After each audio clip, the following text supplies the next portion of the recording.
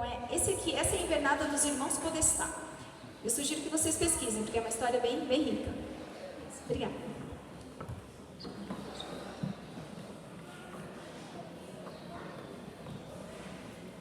E aí, e mais tarde, dentro desse CTG, surgiu também um dos primeiros pesquisadores da cultura e do vestuário, das pilchas, que foi o Fernando Assunção. Não sei se alguém já ouviu falar no Fernando Assunção. Fernando Assunção foi, eu diria assim, que é um dos maiores pesquisadores do vestuário gaúcho da região do Prata. Os livros dele são em espanhol, eles circulam também, e é bem interessante, porque os nossos pesquisadores, o Lécio, o Fagundes, eles se inspiraram também nas obras do Fernando Assunção. E todas essas obras, boa parte delas estão nas obras do Fernando Assunção também. E ele também iniciou o Museu do Gaúcho em Montevidéu, e ali tem muitas indumentárias também. O museu se chama Museu del Gaúcho e fica no centro de Montevidéu. O dia que vocês tiverem a oportunidade também de visitar, foi toda a criação do Fernando Assunção e dessa primeira instituição gaúcha. E aí, nós tivemos um problema muito sério no Brasil, né? No início do século XX, no Brasil, não em todo mundo, mas principalmente refletiu em nós recebemos no final do século XIX uma imigração europeia bastante significativa, principalmente na nossa região, né? No Rio Grande do Sul, Santa Catarina e um pouco aqui no Espírito Santo também, mas principalmente no Rio Grande do Sul, que foi a vinda dos alemães, dos italianos, né?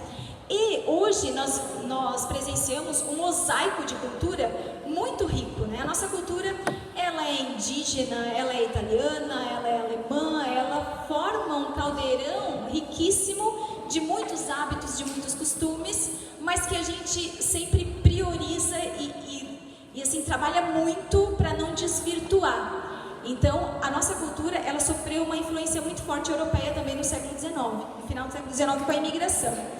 E tendo em vista essa imigração, a partir da Primeira e da Segunda Guerra, nós sofremos um pouco mais também, né, por conta de ter tantos alemães na nossa região, principalmente a Segunda Guerra e tudo mais. O Brasil passou por um processo bem complicado político, que foi a ditadura, depois Primeira Guerra, antes Primeira Guerra, ditadura, depois Segunda Guerra. E aí, lá em 1946, a ONU, a partir da Unesco, ela fez um grande movimento folclórico. Nós vivenciamos um movimento folclórico muito forte.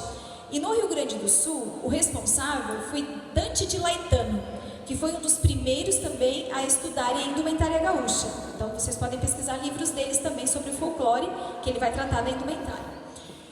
E ali, ele começou uma pesquisa, o Dante de Laetano.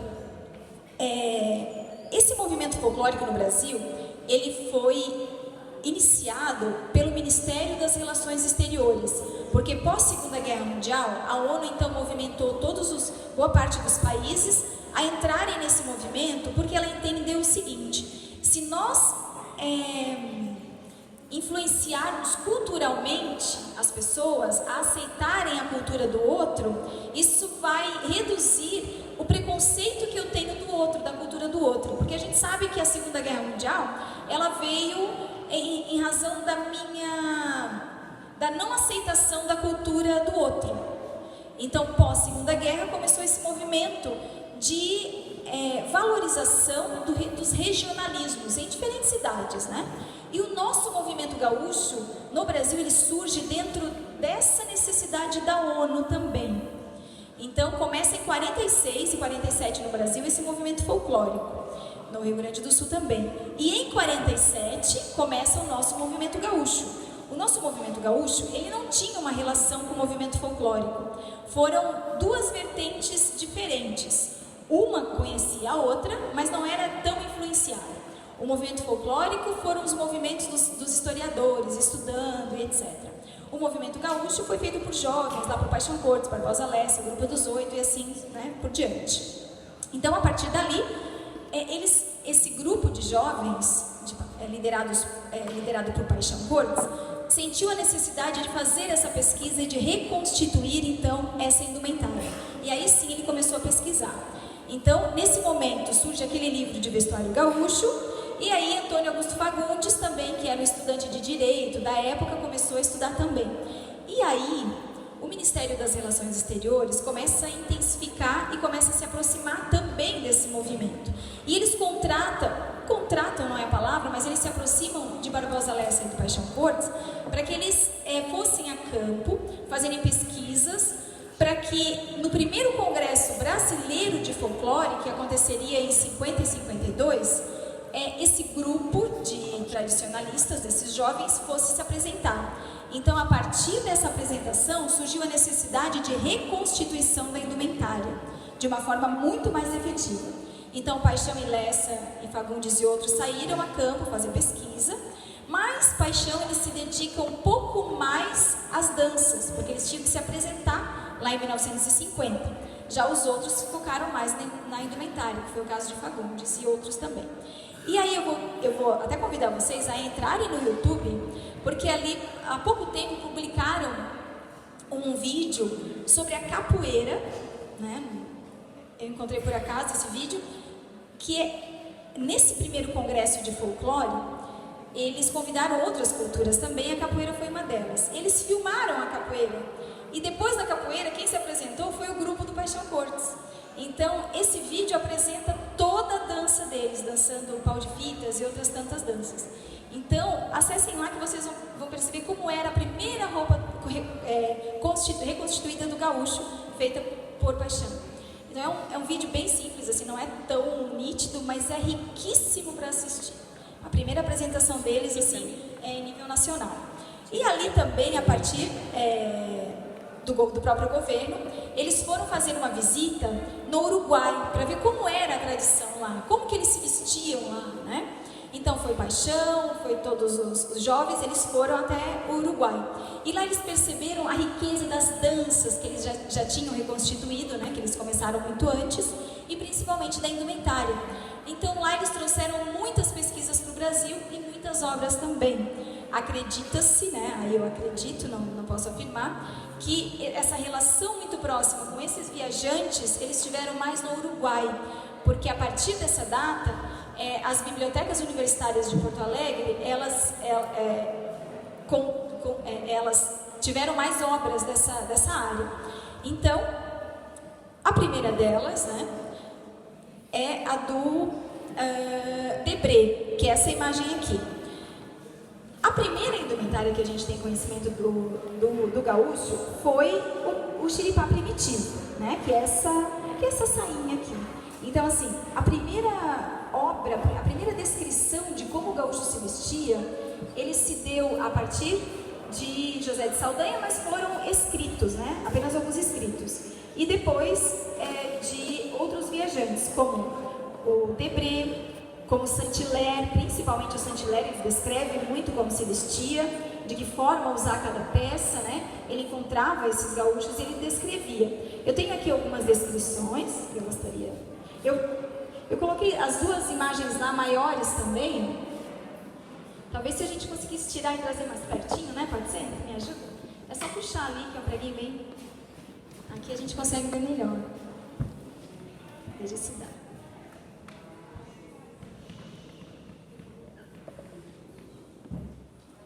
Essas duas aí eu vou.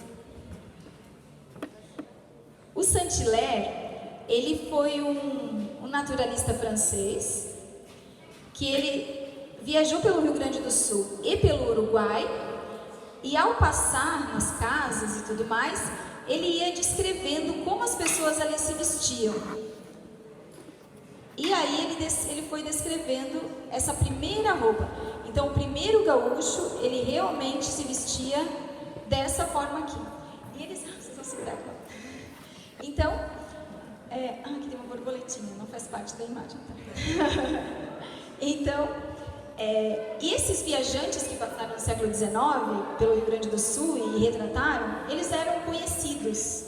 Então, muitos do que um falava, o outro também falava. Ele diz assim: o gaúcho é um ótimo cavaleiro.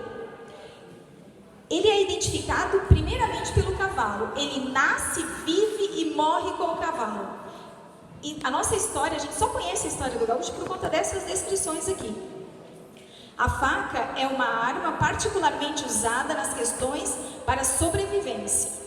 E aqui a gente pode ver, ó, a faca na bota, como a gente fala, né? A primeira imagem da faca na bota do gaúcho é essa aqui, ó. Em alguns textos ele vem falando também. Certo de seus mantimentos, enquanto o laço não lhe faltar e não tendo outro vestuário, ele vive de uma indumentária que é funcional e muito necessária, que é o xiripá. Então o xiripá é esse vermelho aqui, né? É o xiripá primitivo que ele vem falando, que foi a primeira roupa desse gaúcho. Usa também um pedaço de baeta amarrado em redor do corpo, da cintura e também cruzado no peito, como os romanos, que é esse pedaço de baeta aqui, que seria um pala, mas é um pala menor. Ele não chama, ele chama de um pedaço de tecido amarrado, um tecido muito rústico, feito em teais, e normalmente vermelho. Depois aparecem outras cores e listrados também, mas ele usa então aqui, para caso ele, principalmente quando ele vai acampar. Aqui. Por cima do xiripá, ele tem um cingidor. Cingidor seria o tirador de couro, uma espécie de avental de couro cru, destinado a receber a fricção do laço quando o animal faz força sobre ele. Então é o xiripá, é o tirador. Aqui, quem está falando não é o Debré. Quem está falando aqui é o Saint-Hilaire e o Nicolau Drees, que são outros dois viajantes que também visualizaram e descreveram. E aqui quem retratou foi o Debré. Então algumas coisas não são tão iguais uns dos outros, né? Esse tirador aqui, que ele se refere, é esse aqui, ó, essa partezinha aqui. E ele está muito curto. Outra aqui, ele está muito curtinho. Em outras imagens, ele vai estar mais comprido e tem outras ainda que ele vai estar até embaixo. Tá? Ele tem uma camisa, esse gaúcho, e uma jaqueta. A camisa, quando ele tem, porque não é sempre que o gaúcho tem camisa, ele vem descrevendo, né? Porque são roupas que eram sobras. Né? Então, esse aqui a gente pode ver que ele não tem camisa. Aqui embaixo ele tem um colete menor. Esse aqui já tem camisa e um colete só. E ele tem algumas jaquetas. Né? Na verdade, esse gaúcho primitivo ele é muito parecido com os povos bárbaros da Europa. Eles vão se vestindo com aquilo que eles encontram e vão fazendo composições. Isso vai se tornando muito usual e vai passando de um para o outro. Depois, ele tem as jaquetas com mangas e sem mangas. As sem mangas é aquilo que a gente chama de colete hoje, né? Ele tem um par de cirolas com franjas compridas nas extremidades inferiores. Aqui, essa franja está por fora. Em alguns momentos, ele fala então que essa franja fica por dentro da bota. Depende da função, depende o que ele estava fazendo naquele momento. Então, na nossa reconstituição, os nossos pesquisadores do movimento, eles criam então, a gente chama de braga, né? O que aqui eles chamam de calça. Pela moda é chamado de braga. Então aqui a gente tem essa primeira ali que ele reconstituiu, né? Às vezes não usam o xiripá, que seria essa braga, e às vezes eles vão colocando por dentro. Isso. Bom, depois, às vezes ele tem um par de calças por cima. Por isso que às vezes vocês vão ver também o xiripá primitivo sem essa braga, sem essa calça, só com a cirola. Às vezes ele diz, ele tem a calça por cima, que é essa calça aqui, tá? Aqui a gente viu que nas imagens originais que eram de veludo azul. A gente viu que eles usam muito azul, esse pigmento azul também.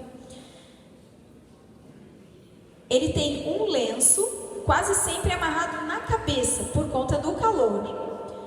Esse aqui, depois, seguindo a viagem de Saint-Hilaire por outras regiões do Rio Grande do Sul e também Uruguai, ele vai identificar o gaúcho usando dois lenços, sempre um na cabeça e um no pescoço. Aqui a gente usa muito aquele lenço que a gente chama de carijó, né, dos homens. Ele faz um xadrezinho. E aqui na imagem a gente vê também, né? Mas por que eles inventaram esse lenço xadrezinho, né? Não é que inventaram, realmente ele foi descrito, o gaúcho usou sim esses lenços com essa textura, né? Com essa estampa. Mas também bastante liso. Ele usa um chapéu roto, que é esse chapéu menor e alto, né? E depois também outros tantos chapéus de palha de aba bem larga, por conta do sol. Raras vezes usam um ponche completo. Então, é muito caro ter um ponche, né, completo. Isso os estancieiros mais tarde tinham. Ao lugar do ponche, ele tinha outras baetas vermelhas, que ele amarrava também aqui e também na cintura. Por isso que a gente vê tantos ponches amarrados na cintura. Tem uma história, né? Tem um porquê. Mas tudo por conta da funcionalidade, porque ele era um viajante, que ele não tinha uma casa, não tinha uma habitação fixa, então ele precisava carregar tudo que fosse necessário junto com ele. Então tudo era amarrado nele. Suas botas são fabricadas de pele crua, tiradas inteiras da perna de um cavalo ou de um boi, e era secado e de uma forma bastante grosseira e amarrado fortemente na extremidade inferior para formar a ponta do pé. Então aqui vocês vão ver que ele amarra a bota garrão de potro, que a gente chama, hoje a gente deixa os dedos de fora. Mas quando ela é feita, pelo menos aqui nessa época, né, ele amarrava muito na frente, bem apertado, e com o tempo aquilo ali cairia, aí a bota ficava fechada. E com o tempo esse fechamento se abria, e aí os dedos apareciam. Então é tudo uma sequência de função, de algo que era muito artesanal, né, fabricado artesanal. Então não é que a bota garrão de potro é aquela com abertura aparecendo os dedos. Ela teve um processo de fabricação. Ele usava amarrado, depois caía, ela ficava fechada, costurava, depois se abria de novo. Então assim, é por isso que eu friso bastante, que não tem como a gente falar, isso pode usar, isso não pode usar. A gente precisa conhecer essa história e ver essa sequência de fatos e aderir àquilo que realmente aconteceu, né? E aí ele vem dizer, muito obrigada. Depois eu vou pedir para o pessoal do CTG, eles vão fazer um sorteio, alguma coisa, né? Para distribuir, por enquanto ainda não. Depois, Saint-Hilaire também encontrou não só o xiripá primitivo, como também o farroupilha. E como era esse xiripá farroupilha, né? Então aqui a gente pode ver uma imagem, que é do Pallier, que é um artista também do século XIX, que ele retratou, né, como que viviam essas pessoas, né? Aqui é uma casinha, e tem várias imagens dessa, antigas, uma casinha onde, aqui ficou um pouco escuro, mas está o pai e a mãe dentro da casa, o namorado, que é o gaúcho, e a prenda, né? Está namorando. E aí ele vem descrevendo também como que acontecia esse namoro, como ela se vestia e tudo mais. E ali, mas falo isso só para a gente observar a roupa, que agora a gente passa para o xiripá farroupilha, né? No Brasil a gente tem uma associação muito grande com a Revolução Farroupilha, mas tem esse conhecimento que essa peça, ela já se usou muito antes na Argentina e no Uruguai. Então, aqui a gente pode ver a cor vermelha, né? O pigmento vermelho era um dos mais cobiçados, o vermelho, e hoje a gente tem uma certa restrição quanto ao vermelho, né? Mas na história a gente vê bombacha vermelha, a gente vê xiripá vermelho, mas ao mesmo tempo, isso são imagens de época, né? O pigmento vermelho era o pigmento mais caro que se tinha, por isso que a gente não acredita que os gaúchos utilizavam tanto vermelho assim. Nas obras ele aparece bastante, mas o pigmento vermelho, ele era o mais caro de se conseguir, tanto que o nosso pau-brasil, o objetivo maior dessa exploração do pau-brasil foi por conta do pigmento vermelho. Pode deixar aqui em cima, não precisa. O nosso pau-brasil, ele foi tão explorado porque saiu uma tinta vermelha, e por isso era tão caro, então eles não usavam tanto, né? Assim como o azul também, era um dos pigmentos mais caros, então por isso não vimos tanto. Mas ele fala assim, lá nos homens de... ele passou, que é esse aqui também, né? Essa imagem aqui também, né? É uma imagem que retrata muito o que Saint-Hilaire descrevia. Então, eu vou passar aqui para a gente conhecer o que Saint-Hilaire descreveu, né? Esse viajante. Além disso, os homens de Entre Rios, ele passou por Entre Rios, e depois em São Borja.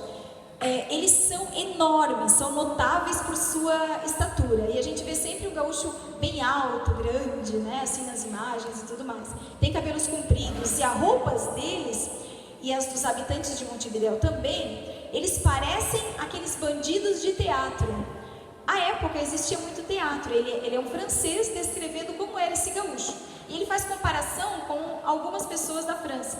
Então ele diz que os nossos gaúchos parecem bandidos de teatro, que têm alta estatura, eles dão medo, porque tem uma roupa muito diferente e tudo mais.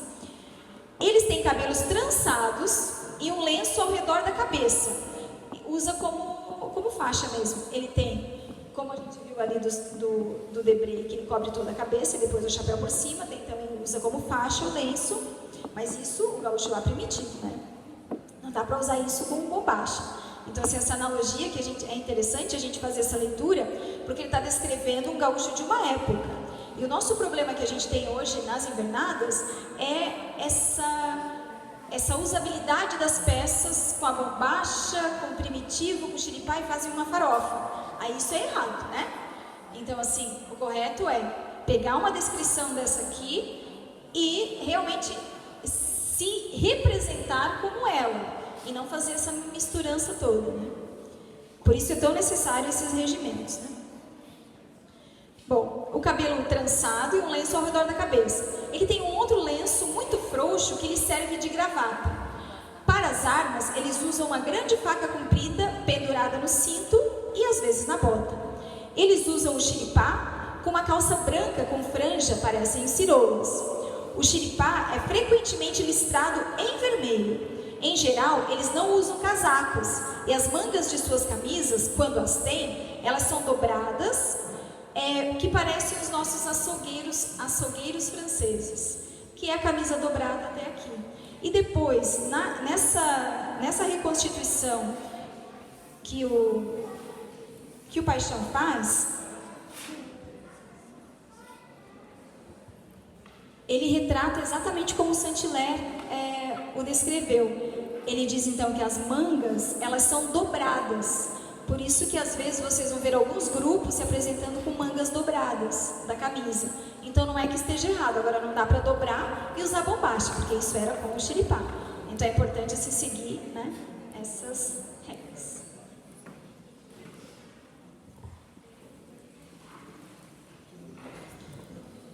Bom, vários enrolam ao redor da cintura uma coberta listrada, às vezes vermelha, que parece um saiote, que é o xiripá, né? Eles usam o xiripá, um tipo de cinto, um cinto que vai até o joelho, como se fosse uma saia, que é feito desse tecido grosseiro, usado para fazer os ponchos. Então aqui ele diz até como era feito, qual era o tecido desse xiripá. Então isso é muito rico, né? É feito em tear, ele tem listras, ele é um tecido muito grosseiro e vai até o joelho. E às vezes eles os enrolam por volta das pernas, formando um outro formato então, que era o xiripá farroupilha. E aí depois, isso em 1850, todas essas descrições. Depois passaram com a nossa Guerra do Paraguai, surge uma nova peça na nossa indumentária que é a bombacha. Então a bombacha ela veio exclusivamente e se usou na Guerra do Paraguai. As primeiras imagens de bombacha são essas aqui. Eu vou pedir para os meninos também tirarem essas duas imagens aqui. Essa aqui vocês também conseguem em algumas obras sobre a indumentária do Exército Brasileiro. Ela foi descrita por Dionísio Cerqueira e o Condidé. As duas obras desses dois autores, ele descreve como eram as roupas dos militares do Rio Grande do Sul que participaram da Guerra do Paraguai. Então aqui a gente pode ver, essa aqui é uma pintura de época também, tá? Como aquela ali também. Tem muitas outras, eu acho que até tem mais uma por aqui. Tem mais por ali, que depois vocês vão poder ver. Então, ela foi descrita por Dionísio Cerqueira. Aí ele vem fazendo, né, algumas... Ele também descreve no livro, assim. Deixa eu ver. Ele diz que os exércitos, no exército, os militares do Rio Grande do Sul, eles usavam chapéu de feltro, de abas estreitas, eram cobertos por um tecido vermelho. Depois eles usavam chapéu preso por barbicachos e tinha uma borla na ponta do nariz. ali não aparece. Usavam alguns bombachas vermelhas, outros chegavam a usar até bombachas negras, ponches de vicunha, de cores vivas, e outros bordados de seda atoalhados. Um par de pistolas na cintura, guaiaca para guardar essas ele cita algumas, deve ser as balas dos revólveres, enfim. Usavam também muitas moedas, onde eles guardavam, muitas moedas de ouro presas nessas guaiacas, patacões bolivianos de prata, enfim. Os cavalos tinham as crinas tosadas e as colas atadas. Cada um tinha em cima um montão de prataria lavrada. Todos tinham boleadeiras, umas de marfim, outras de ferro, presas debaixo dos pelegos escondidas. E muitos viam no laço bem trançado e usavam muito. Haviam pessoas altas e robustas, de olhos claros, de olhos azuis, descendentes de europeus. Tinham cabelos muito negros, alguns, e compridos. Pareciam guerreiros de outros países. Então, assim, como eles descreviam o gaúcho participando da Guerra do Paraguai. E como que surgiu a bombacha, da onde ele veio, né? Então, essa história talvez vocês já conheçam, mas ela foi exclusiva, confeccionada para a Guerra da Crimeia. E a guerra acabou e veio então para a Guerra do Paraguai. Porque era uma época, em 1865, que faltou até roupa mesmo para esses militares. Então tudo que vinha era usado. E veio uma leva muito grande de bombachas, que aí então foi possível deles utilizarem e acabou ficando como uma roupa tradicional. Mas a bombacha, ela também não é exclusiva só do Rio Grande do Sul. Porque se vocês, como ela veio da Europa, os militares lá já usavam a bombacha. Então eu sugiro que vocês procurem também até modelos de bombacha, de favos, tem muitos modelos. Os militares de Napoleão, desde 1815, etc., Napoleão já usava em seus militares a bombacha. Usavam uma faixa vermelha embaixo da guaiaca, usavam o lenço, xadrez, enfim, usavam toda essa indumentária que hoje a gente chama que ela é exclusiva do gaúcho, mas ela não é. Ela já vem desde os militares europeus. Se vocês tiverem a oportunidade de visitar os museus europeus, vocês vão perceber muitas bombachas. Parece que os nossos gaúchos estão expostos lá, mas na verdade não, né? Nós é que importamos essas roupas. Muito obrigada.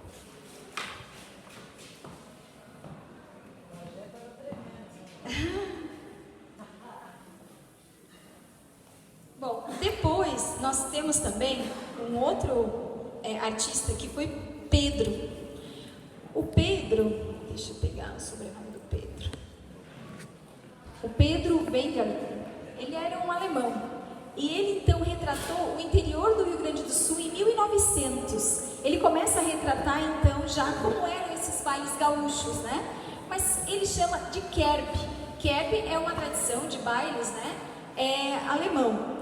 E aqui a gente pode ver como eram esses bailes. Eram durante o dia, as crianças participavam, como que elas se vestiam, como que as mulheres se vestiam nessa época, né? Os homens a gente pode observar que é muito parecido com essa imagem que eu acabei de mostrar aqui, que é o paletó comprido, a bombacha, umas cores mais discretas, né? A gente tem que também analisar o contexto, né? Esses pigmentos, essas cores chamativas.